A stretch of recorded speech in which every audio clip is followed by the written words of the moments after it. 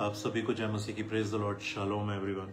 और परमेश्वर को हम धन्यवाद देते हैं आज के इस रात के लिए जो परमेश्वर ने हमें यहाँ तक पहुँचाया है। धन्यवाद देते हैं परमेश्वर का कि उसकी बड़ी बड़ी योजनाएं हमारे लिए हैं और उन योजनाओं में वो हमें लेकर चलते हैं। धन्यवाद परमेश्वर का उसकी महान प्रेम के लिए, दया के लिए, उसकी सुरक्षा के लिए, जो उसने बीते वर्षों में, बीते महीनों में, बीते सप्ताह में, बीते दिनों में, हर घड़ी में जो वो हमारे लिए हमारी सुरक्षा बनकर हमेशा आगे रहता है। और धन्यवाद देते हैं उसके वचन के लिए सबसे बढ़कर, जिसके द्वारा हम जीवित हैं, उसके महान प्रेम के लिए, सब बातों के लिए परमेश्वर प्रभु यीशु मसीह को, पवित्र आत्मा को महिमा मिले। मेरे लोगों धन्यवाद देना चाहता हूँ मैं यहोवा मिनिस्ट्रीज यूके को, पास्टर कंबोज सिंह जी को, सिस्टर मन्नत जी को, कि उन्होंने मौका दिया कि मैं आज आपके सामने इस समय वचन लेके आऊँ। सब बातों में परमेश्वर को महिमा मिले और परमेश्वर अपने लोगों को यूं ही बढ़ाता रहे और आने वाले समय में सब परिश्रम जो प्रभु में किया जा रहा है उसके द्वारा सारे लोग आशीषित हों और हर एक रूह खुदा के नज़दीक, प्रभु के नज़दीक आने वाली हो सके और हम सब मिलकर अपने पिता परमेश्वर प्रभु यीशु मसीह की आराधना करने वाले हों, आत्मा और सच्चाई से उसकी आराधना करने वाले हों, एक आराधक बनने वाले हों। ऐसी मेरी परमेश्वर से प्रार्थना है। इससे पहले कि हम परमेश्वर के वचन में जाएंगे, आइए हम प्रार्थना करें।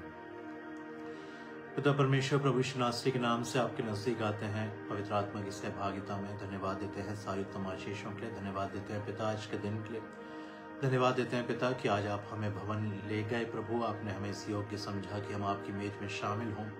धन्यवाद प्रभु आपके महान प्रेम के लिए, प्रभु आपके मारे जाने, गाड़े जाने और जी उठने के लिए यीशु। धन्यवाद कि आपने हमें छोड़ा नहीं, त्यागा नहीं प्रभु। आपका वचन में कहता है कि मैं तुम्हें कभी ना छोड़ूंगा, कभी ना त्यागूंगा। यही बात है प्रभु कि आपका वचन जिस तरह से कहता है कि जब हम पापी ही थे तभी मसीह हमारे लिए मरा। परमेश्वर ने अपने प्रेम को इस रीति से प्रकट किया कि जब हम पापी ही थे तभी मसीह हमारे लिए मरा। हम जानते हैं प्रभु कि हमारे पापों में आपने हमें फिर से मौका दिया खड़े होने के लिए, हमें क्षमा करके हमारे लिए अपने लहू को बहाकर और फिर से हमें अपनी संतान होने का अधिकार दिया। ये आपकी महानता है, ये आपका प्रेम है। केवल इसी कारण आज हम यहाँ बैठे हैं, जीवित हैं, हम सब चलते फिरते हैं। जैसे आपका वचन कहता है कि हम तुझी में जीवित रहते, चलते फिरते और स्थिर रहते हैं। प्रभु हमारी मदद करना, सहायता करना। वो योजनाएं जो तूने हमारे लिए बनाई हैं उनको पूरा करने में तू हमें सामर्थ्य देना। तेरी योजना हमारे जीवन से पूरी हो, तुझे महिमा मिले, हम अपने जीवन से तुझे आनंदित करने वाले हों। और होने दे प्रभु कि सब बातों में हम वचन में आगे बढ़ते जाएं। और प्रभु होने दे कि हमें तू अपने पाक रूह से भर, पवित्र आत्मा के फलों वरदानों से हम सबको भर, कलीसियाओं को भर, अपने लोगों को, अपने दास दासियों को भर प्रभु, ताकि हम सब मिलकर बड़ी महिमा तुझे देने वाले हो सकें, तेरे नाम को ऊंचा उठाने वाले हो सकें, तेरे नाम को संसार के कोने कोने में ले जाने वाले हो सकें। अपने जीवन के द्वारा प्रभु तुझे बहुत महिमा देने वाले हो सके, अपने जीवनों से तुझे बहुत महिमा देने वाले हो सकें। प्रभु हमारी सहायता कर, अगुवाई कर, हमारी आत्मिक आंखों को खोल, हमारे आत्मिक कानों को खोल प्रभु, हमारी आत्मिक जुबान को खोल, ताकि हम वो कर सकें जो तू चाहता है। और प्रभु संसार से अलग होकर प्रभु हम तेरी इच्छा को, तेरे वचन को पढ़कर उसको पूरा कर करने वाले हो सकें। हम में से हर एक को तूने आशीषित किया है, सबको तूने भला चंगा रखा है। और जो लोग प्रभु आज इस मीटिंग में हैं, हम सबको तू ब्लेस कर प्रभु। आज का वचन हम सब के लिए आशीष का कारण हो। इस वचन के द्वारा हमारी आत्मिक आंखें, आत्मिक कान खुलने वाले हो सके, हमारी आत्मिक जुबान खुलने वाली हो सके और ये वचन प्रभु हमारे आत्मिक उन्नति का कारण हो। आज हम सब मिलकर प्रभु तेरे वचन से सीखने वाले हों। तू हम सबको सिखा, तू हम सब से बात कर प्रभु, अपने लोगों को अपने नजदीक ला। सारी बातों में तुझे आदर महिमा देते हैं यीशु। इस विनती को पिता प्रभु यीशु के नाम से मांगते हैं, आमीन आमीन आमीन।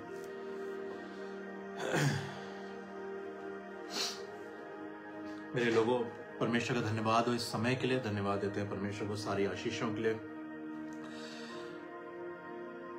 परमेश्वर का वचन मुझे और आपको एक बात को जो बताता है वो ये कि आप जानते हैं जब इजरायली जो थे, जब वो अपनी गुलामी से बाहर आ रहे थे, परमेश्वर उनके साथ साथ रहता था और वो उनके सामने, उसने, आप जानते हैं, इजरायलियों के सामने इतने बड़े आश्चर्य कर्म किए जो कभी पृथ्वी पर सुने नहीं गए थे। एक मकसद था उन आश्चर्य कर्मों को करने का परमेश्वर का। ऐसा नहीं था कि परमेश्वर जानता नहीं था कि समुद्र जो है वो मार्ग में आ जाएगा, और परमेश्वर जानता नहीं था कि इजरायलियों को पानी नहीं मिलेगा। परमेश्वर जानता नहीं था कि इनको भूख लगी है। ये परमेश्वर जानता नहीं था कि इनको जो है इनको एक देश में पहुंचाना है तो उसका रास्ता क्या होना चाहिए, क्या छोटा है क्या बड़ा है। परमेश्वर सब बातों को जानते थे। और आप देखिए कि परमेश्वर ने ही वो रास्ता तय किया जहां वो समुद्र के सामने पहुंच गए। परमेश्वर ने ही वो रास्ता तय किया जो जिसमें उनको प्यास भी लगी। परमेश्वर ने ही वो सारी बातों को किया। आप यहां तक आप देखिए कि परमेश्वर ने तय किया मूसा को भेजना, और फिर परमेश्वर ने ही तय किया कि जो है फिरौन का मन वो हटीला कर देगा। उसके पीछे एक बहुत बड़ा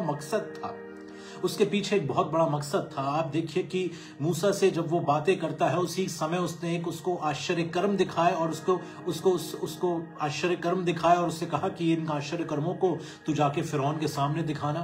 एक मकसद था परमेश्वर का इन सब कामों को करने के लिए। मेरे लोगों, इस बात को याद रखें, बाइबल में जितनी बातें मैं और आप आज पढ़ते हैं, लोग इसको धड़ धड़ करके पढ़ के निकल जाते हैं, पर आप विश्वास मानिए बाइबल में एक एक मात्रा, एक एक अक्षर जो लिखा गया है उसके पीछे बड़े रहस्य हैं, एक बड़ा मकसद है परमेश्वर का लिखने का।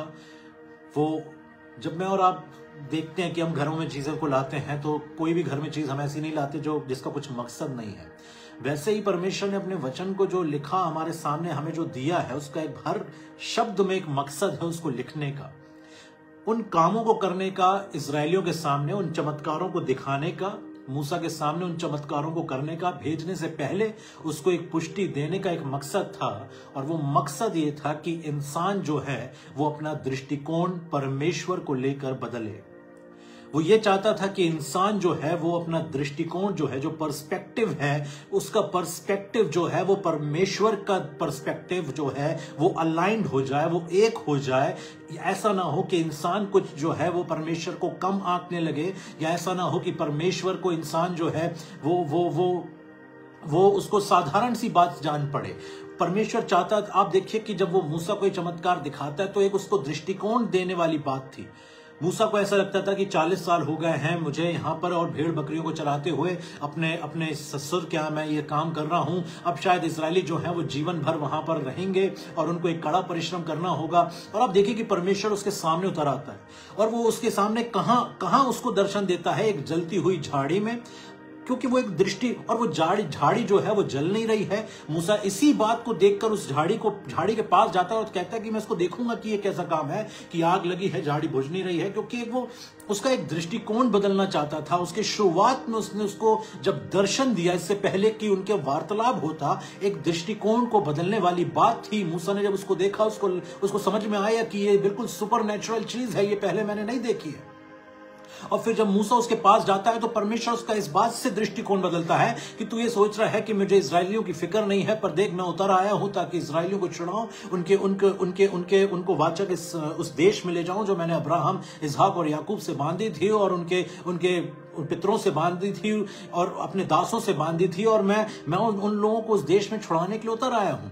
एक दृष्टिकोण परमेश्वर ने पहले मूसा को बुलाने के लिए बदला उसका, फिर परमेश्वर ने उस बात को मूसा को बताया कि देख, ऐसा नहीं है कि मैं भूल गया हूं, हर एक बात मेरे स्मरण में है, ऐसा नहीं है कि मुझे कुछ उसकी सुधि नहीं है। इस दृष्टिकोण को बदल कि इजरायली जो है वहां पर, ये सब कुछ करने के बाद उसने उसके बाद जो है मूसा को, जब मूसा उसके बाद बहाने करने लगा, बोलने लगा मैं भद्दा हूं मुंह का किसी और, उससे पहले उसने उसको आश्चर्य कर्म दिखाया। उसने उसको बताया कि तुझे लाठी, तेरे हाथ में लाठी है, वो किस तरह से उसको सांप बनाकर दिखाया, उसके हाथ को कोड़ी करके और फिर ठीक कर, कोड़ लाकर और उसमें फिर ठीक कर उसको दिखाया। एक दृष्टिकोण वाली बात थी कि मूसा ये जाने कि मैं जिसके साथ जा रहा हूं ये कोई साधारण बात नहीं है, ये एक मात्र सच्चा जीवित परमेश्वर है जिसके साथ में जाने वाला हूं और इजरायलियों को निकालने वाला हूं। और आप देखिए कि इजरायलियों के सामने परमेश्वर ने मूसा को जानबूझ के हटीला कर दिया। इस इजरायलियों के सामने फिरौन को परमेश्वर ने जानबूझ के उसका मन कठोर कर दिया, और परमेश्वर कहता है कि मैं तेरे द्वारा अपनी सामर्थ को दिखाना चाहता हूं, और उसके द्वारा उसने बड़े चमत्कारों को किया। और आप देखिए कि इजरायली यहां तक कि मिस्री जो थे वो भी एक समय के बाद परमेश्वर का भय मानने लगे थे, और उनको समझ में आ गया था कि ये कोई आम देवता नहीं है, ये कोई मूर्ति नहीं है जो हाथ से बना दी गई है, ये कोई साधारण अस्तित्व नहीं है इस चीजों का। ये सच्चा जीवित परमेश्वर है जो काम कर रहा है, और इससे जो चाहेगा वो ये करेगा। और आप देखिए कि उसके बाद इजरायलियों को वहां से निकाला, क्योंकि उनका पर्सपेक्टिव बदलना चाहता था परमेश्वर। क्योंकि वो चाहता था कि जिस तरह से इससे पहले कि वो एक यात्रा में जाएं, वो परमेश्वर को लेकर अपने दृष्टिकोण को बदल लें। वो ये समझ लें कि जो उनको छुड़ाने के लिए नीचे उतर आया है वो सच्चा जीवित महान परमेश्वर है। और अब जब वो काम करने पर उतरा है तो उसके सामने परमेश्वर का वचन कहता है कि जब मैं कुछ काम करने लगूं तो कौन मुझे रोक सकेगा। बात थी नजरिए को बदलने की, बात थी एक दृष्टिकोण को बदलने की। परमेश्वर चाहता है कि मैं और आप अपने दृष्टिकोण को बदलें। वो चाहता है कि लोग आज दुनिया के अपने दृष्टिकोण को बदलें। जैसे मैं और आप परमेश्वर को देखते हैं, जैसे मैं और आप जो हैं, आप और मैं इस बात को याद रखें मेरे लोगों, वचन को बिना उठाए मैं और आप परमेश्वर को नहीं पहचान सकते, ना ही उसकी योजनाओं को जान सकते हैं, और ना ही उस दृष्टिकोण में आ सकते हैं जो परमेश्वर जिस तरह से चीजों को देखता है। मैं और आप उस दृष्टिकोण को अपने जीवन में कभी नहीं ला सकते, उससे अलाइंड नहीं हो सकते। उस पर्सपेक्टिव से जो परमेश्वर मेरे और आपको जो देखता है और संसार को देखता है, वो कभी मैं और आप कभी जो है उसको नहीं जान सकते अगर मैं और आप वचन को नहीं उठाएंगे। और आप देखिए कि अगर आप मेरे साथ आप निकालेंगे पहला शमूएल 16, और यहां पर यह होता है कि जो शाऊल था वो परमेश्वर के द्वारा अस्वीकृत हो जाता है। शाऊल जो है, परमेश्वर कहता है कि मैं उसको राजा बनकर पछताता हूं, क्योंकि इसकी जो शाऊल जो था उसके अंदर लोगों का भय था, अपनी इच्छा से सब काम को करना चाहता था, अब अपने सामने किसी को कुछ समझता नहीं था, याजकों की हत्या कराने लगा था, और वो सारे काम करता था जो परमेश्वर जिन चीजों को पसंद नहीं करता है। अगर आप देखें, याजकों की हत्या उसने दाऊद को ढूंढवाने के समय पे करवाई, पर आप देखिए कि इस समय वो काम करने लगा जो परमेश्वर की दृष्टि में सही नहीं था, उसकी बात को नहीं मानता था। जो लोग थे अगर उससे कुछ कहते थे तो वो उन कामों को करने लगता था। अमालेकियों को परमेश्वर ने बोला था शाऊल शमूएल के द्वारा कि उससे जाके बोल कि उन पर तरसता खाना सब कुछ खत्म कर देना, और शाऊल नहीं करता। और उसके बाद वहां से अच्छी चीजों को ले आता है, भेड़ बकरी गाय बैलों को ले आता है, और उसके बाद उसके राजा को ले आता है। और जब शमूएल आता है और उसको बोलता है कि तूने ये क्या किया, मैं ये क्या शब्द सुनता हूं, और वो क्या बहाने मारने लगता है कि ये तो मैंने तेरे परमेश्वर के लिए लाया हूं। और आप देखिए कि उसके बाद परमेश्वर जो है जब उसको अस्वीकृत कर देता है, जब वो उसको पछताता है बनाने से, और एक उसके मन के अनुसार जो दाऊद था उसको मिल जाता है। और जब शमूएल के पास परमेश्वर आता है और वो उससे इस बात को कहता है कि तू कब तक विलाप करता रहेगा, और अपने सींग में तेल भर ले, और मैं तुझको बैतलहम वासी यिशै के पास भेजता हूं, क्योंकि मैंने उसके पुत्रों में से एक को राजा होने के लिए चुन लिया है। और आप देखिए कि जब दाऊद के पास जब शमूएल आता है यिशै के घर में, आप देखिए कि यिशै जब शमूएल जो है वो यिशै के घर में आता है, और शमूएल उससे बोलता है कि अपने सब पुत्रों को बुला लो। जब शमूएल सबसे पहले यिशै के सबसे बड़े बेटे को देखता है तो लिखा है 6 में, जब वे आए तब उसने एलियाब पर दृष्टि करके सोचा, निश्चय यह जो यहोवा के सामने है वही उसका अभिषिक्त होगा। परंतु शमूएल ने कहा, आप देखिए कि मुझे और आपको समझना होगा लोगों की, परमेश्वर जैसे चीजों को देखता है, मैं और आप जो है संसार जो है वैसे नहीं देखता। हम जैसे चीजों को देखते हैं वैसे परमेश्वर नहीं देखता। परमेश्वर का नजरिया बिल्कुल फर्क होता है, चीजों को देखने का बिल्कुल फर्क होता है। ये संसार की टीचिंग्स, यहां की बातें और स्वर्ग की बातें, बिल्कुल मैं आपको बता रहा हूं, ये जमीन आसमान का अंतर है। परमेश्वर स्वर्ग पे बैठकर उसने कहा कि मेरे विचार तुम्हारे विचार एक समान नहीं है, मेरी योजनाएं तुम्हारी योजनाएं एक जैसी नहीं है, क्योंकि हमारा और उसका दृष्टिकोण जब अलग हो जाता है तो ये डिफरेंस अच्छे से समझ में आने लगता है। आप जानते हैं परमेश्वर शमूएल से एक इतनी गहरी बात को कहता है जिसे आज लोगों को समझना बहुत जरूरी है। वो कहता है, परंतु यहोवा ने शमूएल से कहा, ना तो उसके रूप पर दृष्टि कर और ना उसके कद की ऊंचाई पर, क्योंकि मैंने उसको अयोग्य जाना है। क्योंकि यहोवा का देखना मनुष्य का सा नहीं है, मनुष्य तो बाहर के रूप को देखता है, परंतु यहोवा की दृष्टि मन पर रहती है। एक डिफरेंट पर्सपेक्टिव है परमेश्वर का चीजों को देखने का। और यही वो चाहता था कि इजरायली जो है समझ लें कि वो जिसके साथ अभी यात्रा पर निकलने में है वो कोई साधारण बात नहीं है। सच्चा जीवित खुदावंत उनको स्वयं आगे ले जाने के लिए, वाचा के देश में ले जाने के लिए उतरा है। और इससे पहले कि यह यात्रा शुरू हो, मुझे और आपको याद रखना होगा कि इससे पहले कि मैं और आप बुलाहट में जाएं, अपनी बुलाहट को पूरा करने जाएं, अपने उस काम को जो परमेश्वर ने मुझे और आपको सौंपा है पूरा करने जाएं, मुझे और आपको ये निश्चित जानिए, बिल्कुल मैं आपको बता रहा हूं कि आज जो लोग कहते हैं कि मुझे परमेश्वर की बुलाहट को पूरा करना है, ये बिल्कुल ऐसी ही यात्रा है जहां से परमेश्वर मुझे और आपको संसार में से निकालेगा। फिरौन जो मिस्र जो है वो संसार की तरह है, जो फिरौन है वो शैतान की तरह है। और परमेश्वर जब मुझे और आपको निकालेगा, वो चाहता है कि मैं और आप अपना दृष्टिकोण उसको लेकर बिल्कुल बदल लें और उसके नजरिए से चीजों को देखना शुरू करें, ना कि अपने नजरिए से, अपनी छोटी सोच से, अपने छोटे दृष्टिकोण से, अपने दिमाग से और अपने अपने अपने बुद्धि से चीजों को ना चलाने की कोशिश करें। इसलिए परमेश्वर ने कहा था कि तू अपनी समझ का सहारा ना लेना, वरन अपने संपूर्ण मन से यहोवा पर भरोसा रखना। आप देखिए परमेश्वर क्या कह रहा है। वो कह रहा है कि मेरा देखना मनुष्य का सा नहीं है, क्योंकि मनुष्य बाहर के रूप को देखता है, पर जो मैं जिस तरह से देखता हूं वो बिल्कुल फर्क है। मैं मन को देखता हूं। आप सोचिए कि गिदोन, अगर आप न्यायों की पुस्तक निकालेंगे और आप देखिए कि परमेश्वर का दूत जो है वो गिदोन के पास आता है, और गिदोन जो था उस समय वो कुंड में से गेहूं जो था वो झाड़ रहा था, क्योंकि जो मिगानी थे वो सारी फसल को खत्म कर देते थे। और दूत आकर उस व्यक्ति से क्या बोलता है, गिदोन से क्या कहता है, हे शूरवीर सूरमा, यहोवा तेरे संग है। जो परमेश्वर का दृष्टिकोण था उसको लेकर। और आप सोचिए कि स्वयं गिदोन का दृष्टिकोण क्या था। वो उससे कहता है, देख मेरा कुल मनश्शे के मनश्शे में सबसे कंगाल है, फिर मैं अपने पिता के घराने में सबसे छोटा हूं। यहोवा ने उससे कहा, निश्चय मैं तेरे संग रहूंगा, इसलिए तू मिगानियों को ऐसा मार लेगा जैसे मनुष्य को। वो क्या उसको समझाने की कोशिश कर रहा है, परमेश्वर का एक मैसेज उसके पास आया और वो ये समझाने की कोशिश कर रहा है कि नहीं, तू मुझे सूरवीर शूरमा कह रहा है, पर देख मेरी दृष्टि में मैं कौन हूं, मेरी दृष्टि में देख ले कि मैं क्या हूं। कहता है मेरा कुल मनश्शे में सबसे कंगाल है, ये भी काफी नहीं है, पर मैं अपने पिता के घराने में सबसे छोटा हूं। पर इसी को जब दूत मिलता है तो कहता है, हे शूरवीर सूरमा। उसको जब संबोधित करता है तो कहता है, हे शूरवीर सूरमा। यह परमेश्वर का दृष्टिकोण है।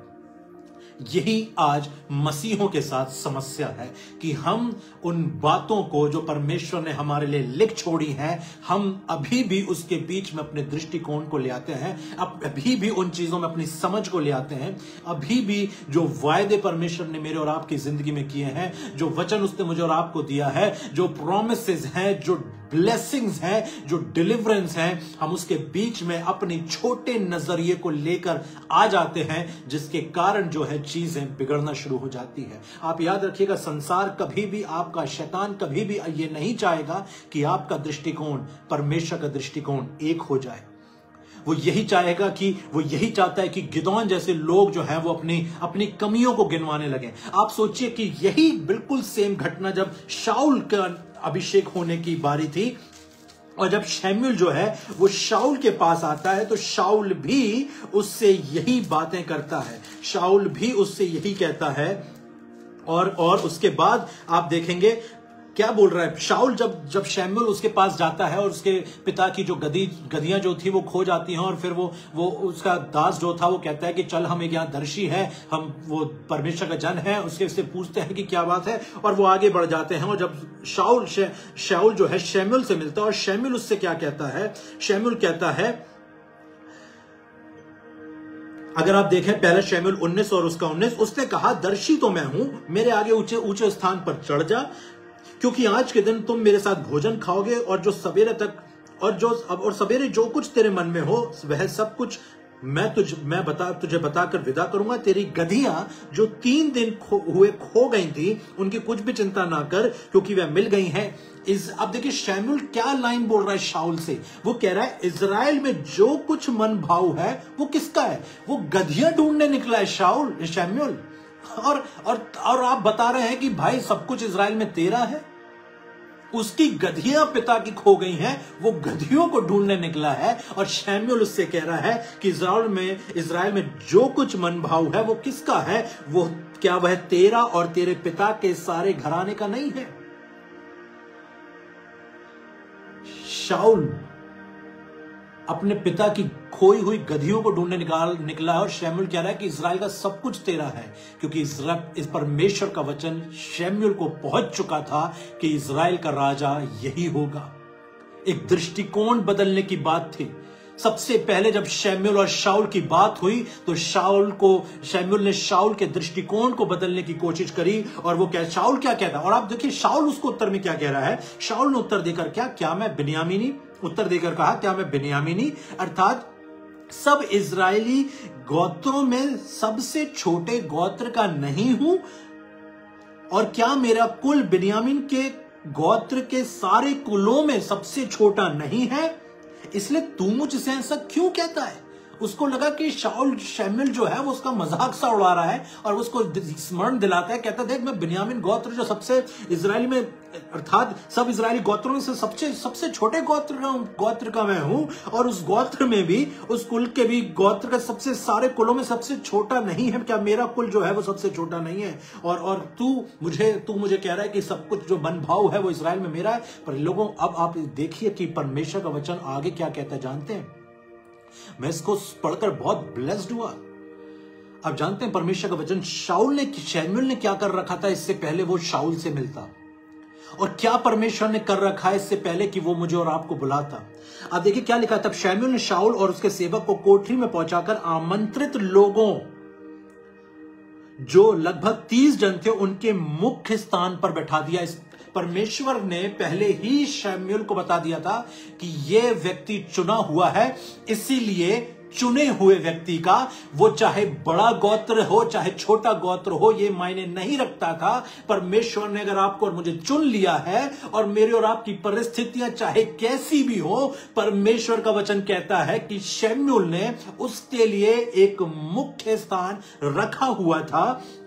फिर ये काफी नहीं था, पर फिर आगे क्या लिखा है, फिर शमूएल ने रईसों से कहा जो टुकड़ा मैंने तुझे देकर अपने पास रख छोड़ने को कहा था उसे ले आ। इसका मतलब कि उसके लिए एक स्पेशल फीस्ट था, एक स्पेशल सीट, एक मुख्य स्थान और एक मुख्य भोजन में से भी जो वो लोग खा रहे थे उसका मुख्य हिस्सा, एक स्पेशल फीस्ट उसके लिए रखा था। और लिखा है तो रईसों ने जांग का मांस समेत उठाकर शाऊल के आगे धर दिया। तब शमूएल ने कहा जो रखा गया था उसे दे और अपने सामने रख के खा, क्योंकि वह तेरे लिए इसी नियत समय तक जिसकी चर्चा करके मैंने लोगों को न्योता दिया था रखा हुआ है। आप देखिए परमेश्वर के जो बुलाए हुए लोग हैं, आप मेरे लोगों इस बात को समझ लीजिए कि आपकी परिस्थिति कैसी है ये चुनाव नहीं करेगी कि आप परमेश्वर की कितनी बड़ी बुलाहट के लिए बुलाए गए हैं। आपका चुनाव परमेश्वर की तरफ से होना है, और अगर आपको मुझे परमेश्वर ने चुन लिया है तो घराना कितना छोटा है कितना बड़ा है, परिस्थितियां कैसी हैं, क्या वो अच्छी हैं, क्या वो छोटी हैं, क्या वो बुरी हैं, बिगड़ी हैं, बदतर से बदतर हैं, परमेश्वर का वचन कहता है कि मुझे और आपको इस बात को समझना होगा कि जैसा परमेश्वर का वचन मुझे और आपको बताता है कि मैं और आप उसकी संतान है, हमें उस दृष्टिकोण से चलना शुरू करना पड़ेगा। आप देखिए कि शमूएल शाऊल को एक न्योता दे रहा है, और वो न्योता भी इसलिए है क्योंकि शाऊल आने वाला है। उस न्योते में एक मुख्य स्थान शाऊल का रखा हुआ है, एक मुख्य हिस्सा भोजन का उसके लिए रखा हुआ है, क्योंकि वो चुन लिया गया है। और वो कहता है कि मेरा छोटा सा बिन्यामीनी गोत्र है, उसमें भी मेरा सबसे छोटा कुल है। गिदोन कहता है कि मेरा तो जो घराना है वो अपने गोत्र भी छोटा है, घराना भी छोटा है। मेरे लोगों, इट डजंट मैटर कि आप कौन सी जगह से हैं, इट डजंट मैटर कि आपका घर कितना बड़ा है, इट डजंट मैटर कि आपने आज तक क्या किया। मुझे और आपको जो परमेश्वर का वचन मिला है, मुझे और आपको भरोसा रखना है, मुझे और आपको ये भरोसा रखना है कि परमेश्वर जैसे मुझे देखता है वैसा मैं हूं। दुनिया आपको हमेशा नीचे गिराने की कोशिश करेगी। लोग आपसे जो बातें करेंगे वो आपको डिस्करेज करने की कोशिश करेंगे, डिमोरलाइज करने की कोशिश करेंगे, डेनिग्रेट करने की कोशिश करेंगे। वो चाहेंगे कि, और क्यों? क्योंकि शैतान ये नहीं चाहता कि इंसान अपने आप को वचन की, परमेश्वर की आंखों से देखे, वचन की आंखों से देखे, क्योंकि उसको पता है कि यदि इंसान ये समझ जाएगा कि परमेश्वर का वचन कहता है कि तुम जो हो वो एक याजक और एक राजा बना दिए गए हो, तो इंसान जो है वो उन चीजों में, उन योजनाओं में चलना शुरू हो जाएगा। शैतान आपका दृष्टिकोण बदलने की पूरी कोशिश करेगा। आपको क्या, मुझे और आपको क्या लगता है? आप इस बात को मुझे बताइए। चलिए वचन से इस बात को देखते हैं, एक और जगह से देखते हैं। क्यों शैतान हवा के पास जाकर इस बात को बोलता है कि नहीं ये झूठ है, जो परमेश्वर ने जो है वो जानता था कि अगर तुम इस फल को खा लोगे तो तुम उसके तुल्य हो जाओगे। क्यों उसने हवा का दृष्टिकोण बिगाड़ने की कोशिश करी और वो सफल हो गया? क्यों उसने इसी का इस्तेमाल किया कि हवा इस बात पर विश्वास कर ले कि हवा जो है वो परमेश्वर, आदम और हवा जो है वो परमेश्वर के तुल्य नहीं है, उसके जैसे नहीं है। वचन कहता है, परमेश्वर ने कहा आओ हम अपने स्वरूप और अपनी समानता में मनुष्य को बनाए। वो सब कुछ उनके अंदर जैसा परमेश्वर का है, जो परमेश्वर है उसने अपना जैसे कहना चाहिए एक रिफ्लेक्शन बना दिया था। सब वो बिल्कुल परमेश्वर के तुल्य थे, परमेश्वर जैसे थे। पर उसके बाद भी शैतान ने आकर उनके दिमाग में डाला कि नहीं तुम परमेश्वर के तुल्य नहीं हो, अभी तुम इनकम्प्लीट हो। जबकि सब कुछ परमेश्वर ने उनके अंदर अपना स्वरूप, अपनी समानता, सब कुछ दे दिया था। उसके बाद शैतान ने सबसे पहले अगर कुछ बिगाड़ा तो वो हवा का दृष्टिकोण बिगाड़ा, क्योंकि वो जानता था कि एक बार ये इस बात पर विश्वास कर ले तो ये वायदों से बाहर आ जाएगी। ये आदम और हवा वायदों से बाहर आ जाएंगे और उस योजना से बाहर आ जाएंगे और आशीषों से बाहर आ जाएंगे। यहां तक कि अगर निचोड़ निकाला जाए तो अदन की वाटिका से बाहर निकालने का ये सबसे अच्छा तरीका है। संसार आपको एक ऐसा दृष्टिकोण देना चाहता है, वो मैंने लोगों को देखा है, वो बहुत डिस्करेज है लाइफ में।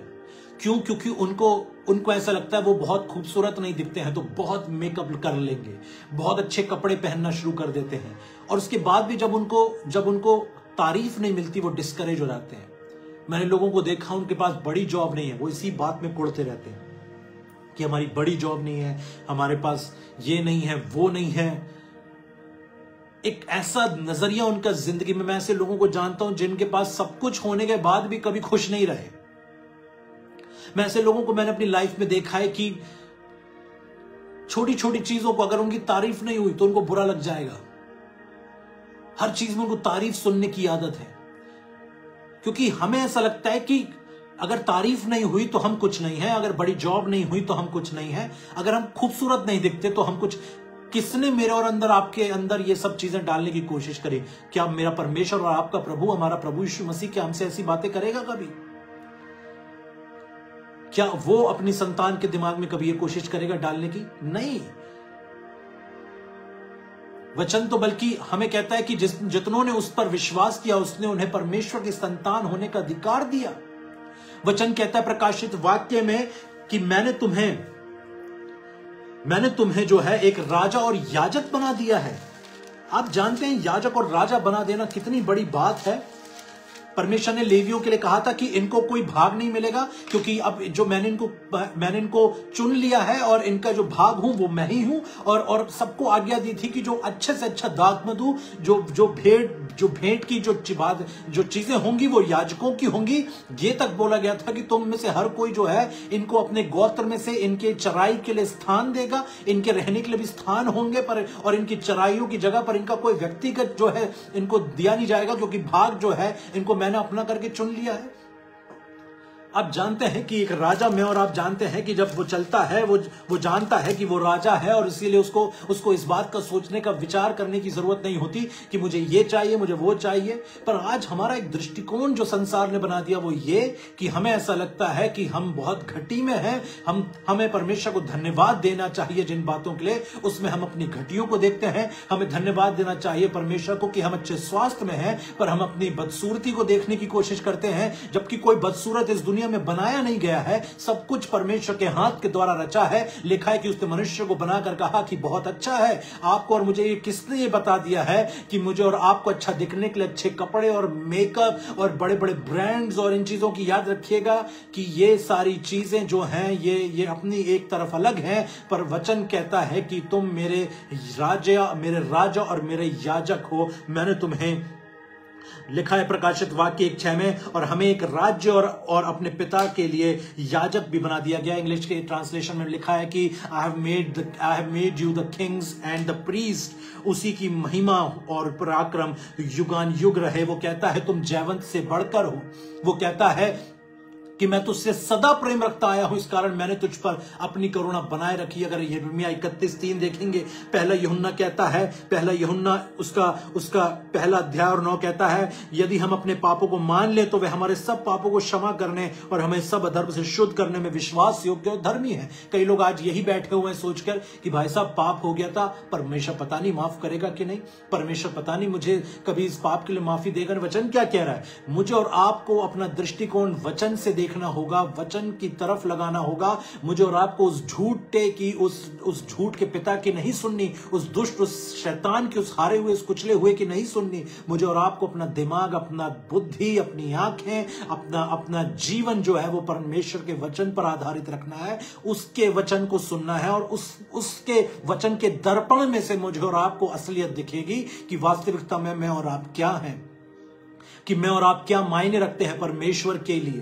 कि मैं और आप क्या उसके लिए हैं। परमेश्वर का वचन पहला पत्रस 2 और उसका 9 कहता है, पर तुम एक चुना हुआ वंश और राजपदधारी याजकों का समाज और पवित्र लोग और परमेश्वर की निज प्रजा हो, इसलिए कि उसने तुम्हें अंधकार में से अपनी अद्भुत ज्योति में बुलाया है और उसके गुण प्रकट हो। तुम पहले तो कुछ भी नहीं थे, ये सच है। हम में से हम सब जो थे वो मृत्यु दंड के योग्य थे। हम में से हर एक पर जो है व्यवस्था का जो बातें थी उसके अनुसार हमारे जीवन का तो अंत हो जाना था। पर हमारा यीशु मसीह जब स्वर्ग से जमीन पर उतरा और उसने हमारे लिए सारे पापों को अपने ऊपर लेकर अपने आप को मार दिया, वो गाड़ा गया और फिर वो जीवित हुआ और उसके द्वारा हमें उद्धार मिला। परमेश्वर का वचन कहता है तुम पहले तो कुछ भी नहीं थे, पर अब परमेश्वर का वचन अब प्रेजेंट की बात कर रहा है। वो बता रहा है कि पर अब तुम परमेश्वर की प्रजा हो, तुम पर दया नहीं हुई थी पर अब तुम पर दया हुई है।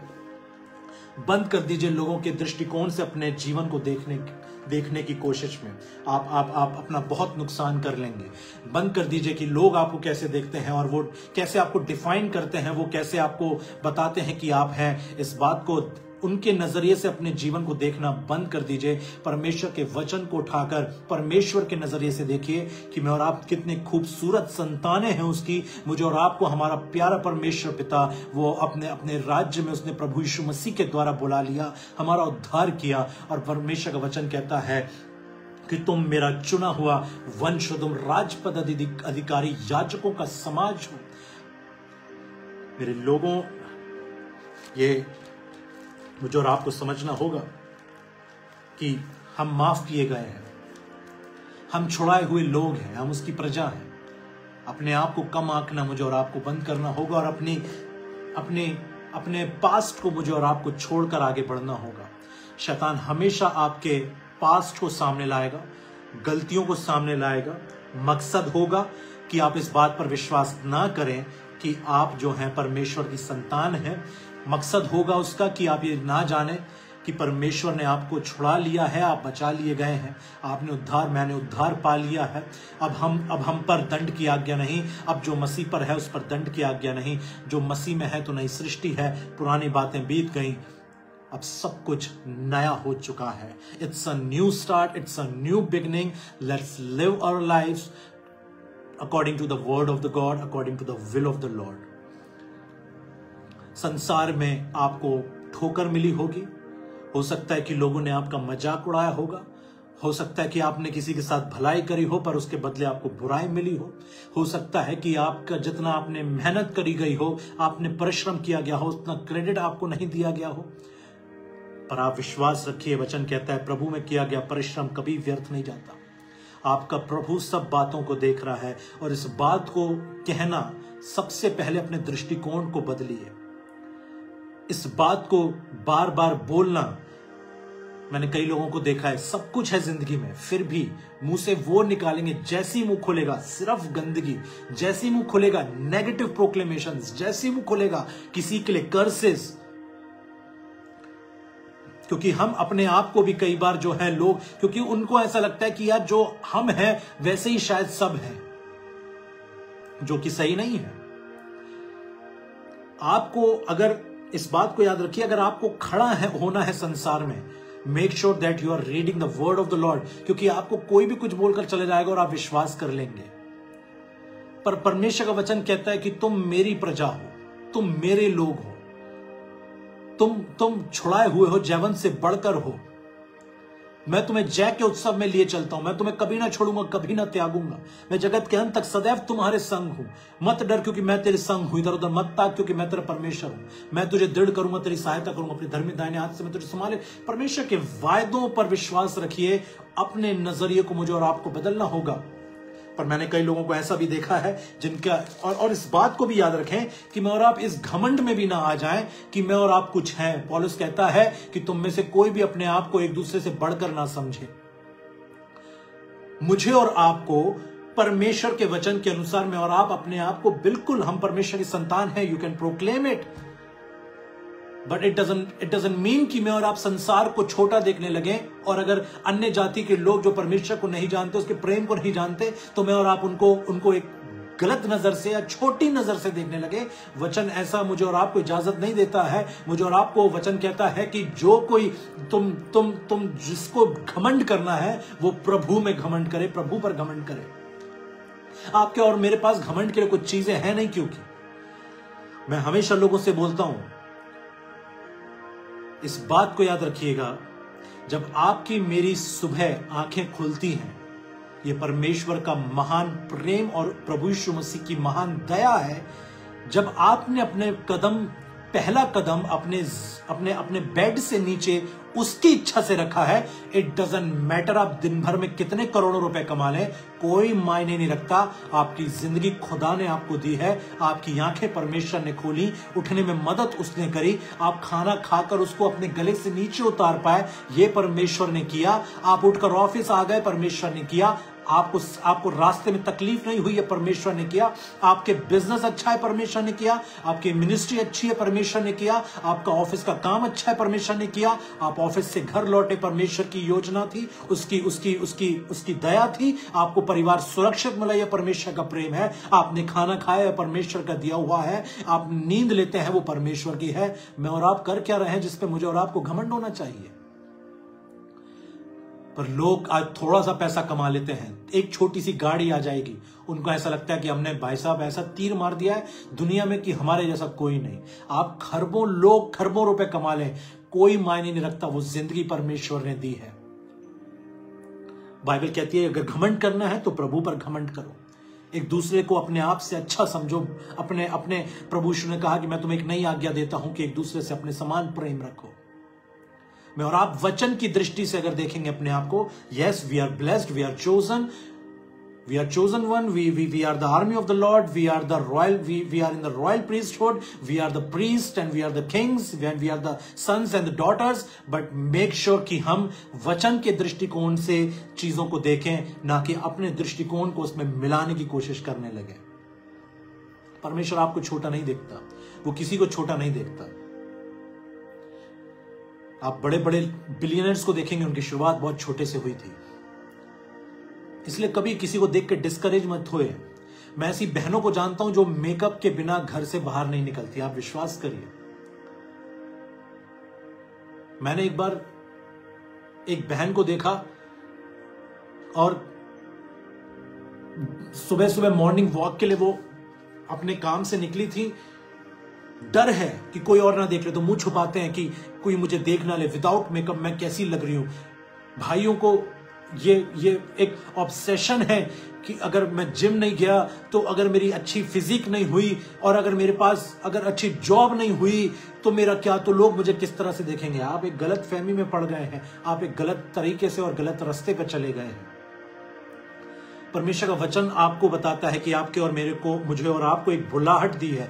मेरा और आपका सबसे पहला काम उस बुलाहट के लिए होना चाहिए। आप बिजनेस करिए, अपनी जॉब करिए, अपना सब कुछ काम करिए, that is the another thing, पर आपकी सबसे पहले एक बुलाहट है, क्योंकि आपको भी एक तोड़ा दिया गया है। आपको यूं ही संसार में चुनकर आपको लाइफ एंजॉय करने के लिए परमेश्वर ने मना नहीं किया, पर आपके लिए एक बुलाहट रखी है, और आप जब तक उसको मांगेंगे नहीं, पूरा हो नहीं पाएगा। पर आपको और मुझे एक कार्य के लिए चुना गया है। हमें इन सब चीजों से बढ़कर रखा गया है, और हमें रखा गया है कि हम जो है उसकी योजना को पूरा करें। पर शैतान ने हमारे दिमागों को यहां वहां घुमा दिया है। किसने बोल दिया है कि मैं और आप खूबसूरत नहीं है? किसने बोल दिया है कि मैं और आप आशीषित नहीं है? किसने बता दिया मुझे और आपको कि अगर छोटा घर है तो वो आशीषित नहीं हो सकता है, और अगर छोटी गाड़ी है तो आशीषित नहीं हो सकती है? आपने यूहन्ना के विषय में देखा, आपने देखा कि प्रभु यीशु मसीह ने क्या कहा। आप देखिए कि यूहन्ना के वस्त्र क्या थे, क्या उसका खाना था, जंगल में रहना था। पर प्रभु यीशु ने कहा कि स्त्रियों में जितने जन्मे उनमें सबसे धन्य यूहन्ना है। तो फिर ऐसे तो मैं और आप अगर देखने लगे तो फिर तो मुझे, अगर मैं तो कई बार ये सोचता हूं कि अगर यूहन्ना आज के समय में, अगर मैं और आप देखें, अगर उन वस्त्रों के साथ कोई चर्च में आ जाए, तो लोग आज चर्च में अगर एक सिंपल आउटफिट के साथ अगर आ जाता है तो लोग उसको ऐसे जज करते हैं जैसे कोई छोटा सा व्यक्ति होगा, कोई अनजान व्यक्ति होगा। क्योंकि आज क्रिश्चियन कम्युनिटी के अंदर ये बहुत बड़ा मिथ है, और बहुत बड़ी गलतफहमियों में हम लोग जी रहे हैं कि हमारे कपड़े से हमारी धार्मिकता दिखेगी। नहीं होने वाला। परमेश्वर का वचन कहता है तुमने प्रभु यीशु मसीह को पहन लिया, वो हमारे लिए मायने रखता है। हमारे ऊपर कितने महंगे ब्रांड्स हैं, इससे कोई फर्क नहीं पड़ता मेरे लोगों। और इस बात को स्मरण रखें कि परमेश्वर का वचन क्या कह रहा है शमूएल से, कि मनुष्य बाहर का रूप देखता है पर मैं बाहर का। आप जब और मैं जब चर्च में होते हैं और अच्छे वस्त्रों के साथ होते हैं, बुरा नहीं है अच्छा पहनना, बुरा नहीं है अच्छा रखना, पर मायने ये रखता है कि इस शरीर के और इस जीवन के अंदर क्या है, उस दिमाग के अंदर क्या है, उस जीवन में क्या बातें हैं, क्या वो जीवन परमेश्वर के साथ है। आप विश्वास मानिए, मैं आपको सच्ची बात बता रहा हूं, और इस बात को मैं आपको बता सकता हूं क्योंकि मुझे ही प्रचार करना था। क्रिसमस से पहले, मैं नहीं जानता कि मेरे सामने अभी कैलेंडर नहीं है, बट मुझे क्रिसमस से पहले प्रीच करना था, क्रिसमस से पहले वाले संडे। और आई थिंक कि शायद मंडे था क्रिसमस, और संडे था 24, और 25 जो थी वो मंडे थी। चर्च के अंदर मुश्किल से 30 लोग होंगे, 30, मुश्किल से 30 लोग थे। दूसरे दिन क्रिसमस था, हजारों की भीड़ थी। क्यों? क्योंकि हम चर्च में नहीं गए उस दिन, क्योंकि कोई अपने रिश्तेदार के पीछे लगा था कि ये खा लो, ऐसे रह लो। कोई अपने वस्त्रों को प्रेस कराने गया था, कोई अपने घर की सजावट कर रहा था, कोई अच्छे स्वादिष्ट भोजन बना रहा था, कोई बाहर गया था, कोई एंजॉय कर रहा था। और मैं सोच रहा था कि क्या सच में यही मसीहत रह गई है? आप जानते हैं फरीसियों ने प्रभु यीशु मसीह को पकड़ा दिया और खुद किले के अंदर नहीं गए, क्योंकि पर्व का समय था, तो अशुद्ध नहीं होना चाहते थे। फसह के पर्व के परमेश्वर को पकड़वाकर फसह का पर्व बनाने गए थे। उस परमेश्वर को जिसने उसको बनाया उसको अंदर भेज दिया पकड़वा के, और उसका पर्व बनाने गए हैं। अगर मेरे और आपके क्रिसमस में, न्यू ईयर में, इस रेजरेक्शन डे में अगर यीशु मसीह हमारे साथ नहीं खड़ा है तो उसका कोई मायने नहीं रखता है। आपके कपड़े अच्छे हो सकते हैं और बाहर से आप अच्छे खूबसूरत दिख सकते हैं, मैं अच्छा दिख सकता हूं, पर अगर अंदर परमेश्वर नहीं है तो इससे कोई फर्क नहीं पड़ता मेरे और आपके जीवन में। लोग चर्च नहीं आए, ये नहीं सोचा कि प्रभु भोज होगा, मेज होगी, मेज में शामिल होना है। हमें दिखावटी जीवन आज जीना बहुत पसंद है।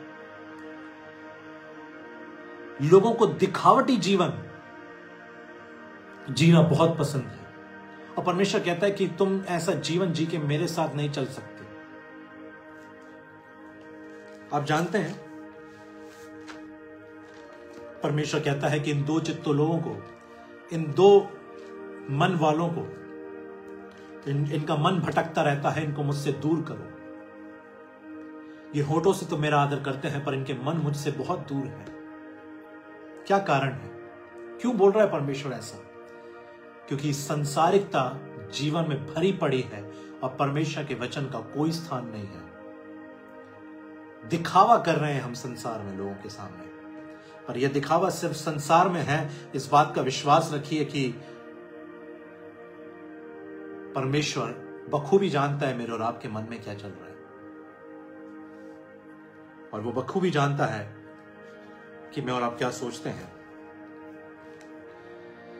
तो मुझे और आपको अपना दृष्टिकोण जो है वो परमेश्वर के दृष्टिकोण से मिलाना होगा।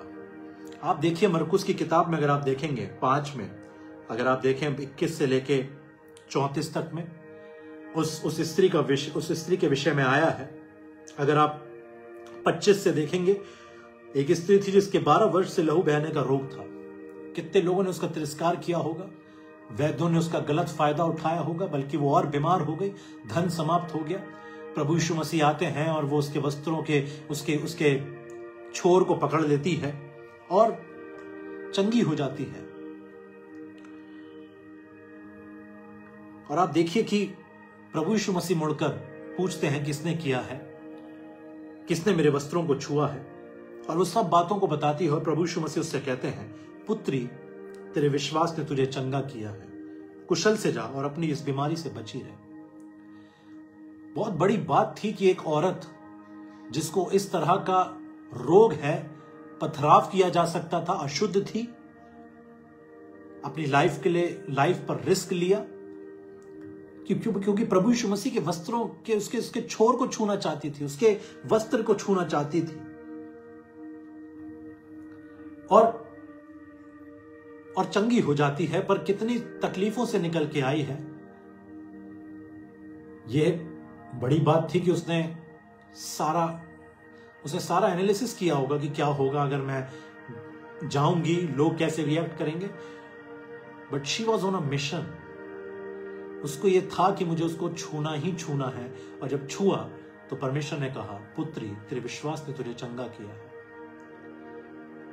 उस स्त्री को जिसका सबने तिरस्कार किया, उसका फायदा उठाया, उसको बुरा भला कहा होगा, श्रापित न जाने क्या क्या कहते होंगे, पर परमेश्वर कहता है, पुत्री। उसके बाद याईर आगे बढ़ता है और उसके बाद उसके घर से एक व्यक्ति आता है, तेरी बेटी मर चुकी है, अब गुरु को दुख ना दे। यीशु मसीह, उसको लिखा है कि यीशु ने अनसुनी करके आराधनालय के सरदार से कहा, मत डर, केवल विश्वास रख, मेरे दृष्टि से देख चीजों को, मेरी दृष्टिकोण से देख, मैं जैसे देखता हूं, मेरा पर्सपेक्टिव अपने अंदर लेके आ। मैंने अनसुना कर दिया, परमेश्वर ने अनसुना कर दिया। मुझे और आपको संसार के उन चीजों को अनसुना करना होगा जो मुझे और आपको अपने चमत्कार में पहुंचने के लिए रोक सकते हैं। उस दृष्टिकोण को रखना होगा जो परमेश्वर का है, उस पर विश्वास रखना होगा, उसके वचन पर विश्वास रखना होगा।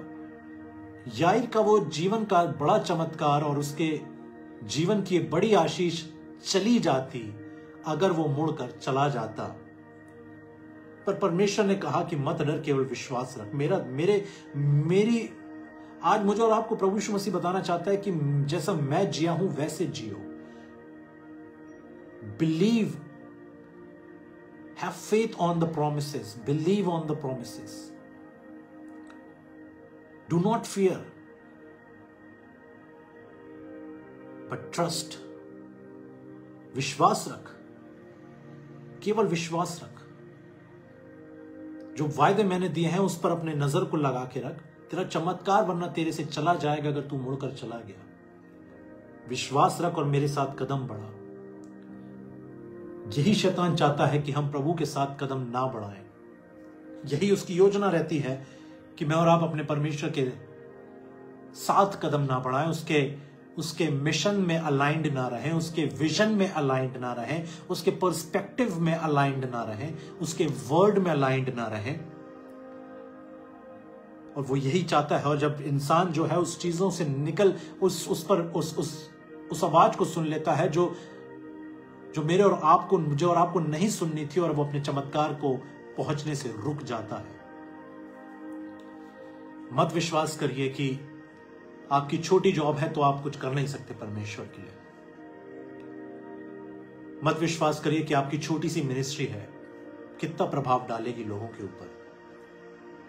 मैं बड़े बड़े जब जिनके आज मेगा चर्चेस है, जब उनकी गवाहियों को सुनता हूं, वो कहते थे हम 20 जन थे, 50 जन थे, 30 जन हुआ करते थे। So it was a small beginning, but trust the promises of the Lord and he will do it for you. The battle belongs to the Lord. युद्ध आपका नहीं है, युद्ध यहोवा ही का है। जय यहोवा की ओर से मिलती है। विश्वास करिए परमेश्वर के वचनों पर और अपने दृष्टिकोण को बदलिए। चीजें आपके सामने बिगड़ सकती हैं और बिगड़ेंगी, क्योंकि शैतान पूरी कोशिश करेगा, पर जब वो बिगड़ रही होंगी तो परमेश्वर के वचन को अपने मुंह से निकालिए, उसको स्मरण रखिए और विश्वास के साथ कदम बढ़ाइए। आप याद रखिएगा, विश्वास ये नहीं है मेरे लोगों, मैं अपने परिवार में इसको खासकर बोलता हूं।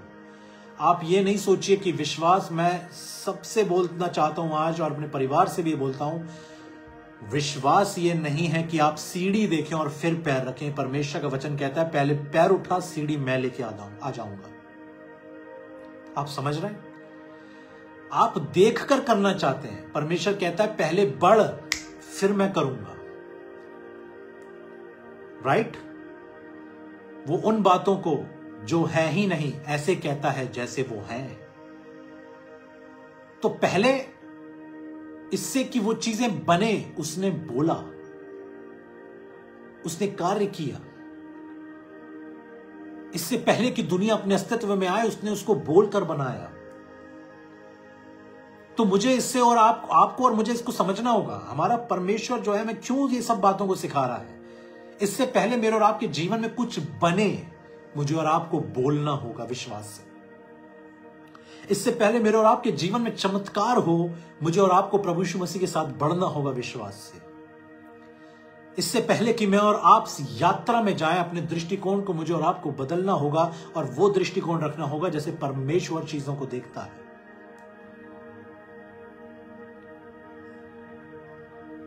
मैं विश्वास करता हूं कि आज से हम उन बातों को बोलना सीखेंगे जो हम देखना चाहते हैं और अपने दृष्टिकोण को, संसारिक दृष्टिकोण को खत्म करके अपने वचन से अपने दृष्टिकोण को बनाएंगे। वचन से सब बातों को पूरा करेंगे।